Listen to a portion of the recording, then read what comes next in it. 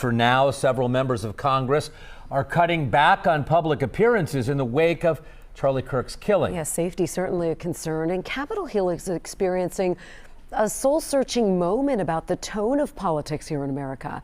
Our WLWT News 5's John London talked with some local lawmakers about that. He's here now with their thoughts tonight. Hi, John. Yeah, they're shaken and very concerned. No one can change what happened. It's going forward that's the growing worry. Writing in the Louisville Courier-Journal today, Senator Mitch McConnell said escalating political violence threatens the fabric of society. And quoting McConnell, "If you're worried and angry about that trend, you're absolutely right to be." What can be learned from the suspected shooter?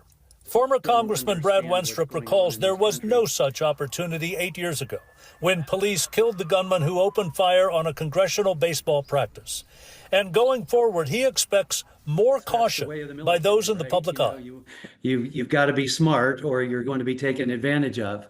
And so I think people will have an effect. But I will tell you, after the shooting at the baseball field, we got together as a team and we said, we're playing that game tomorrow. We're going to march out onto Nats Field and we're going to play that game. Democrat Greg Landsman says our culture needs a different direction. Let's be more kind and more empathetic and more compassionate, more understanding, more committed to a change in our political discourse. People might not have liked what he had to say, but he did it in a congenial way.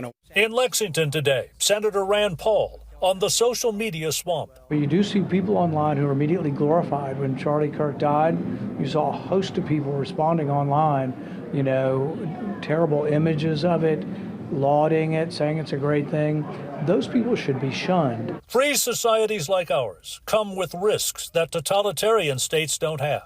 Freedom also comes with responsibility. Wenstrup recalling what Pope John Paul II said a quarter century ago. He said, freedom consists not in doing what you will, but having the right to do what you ought.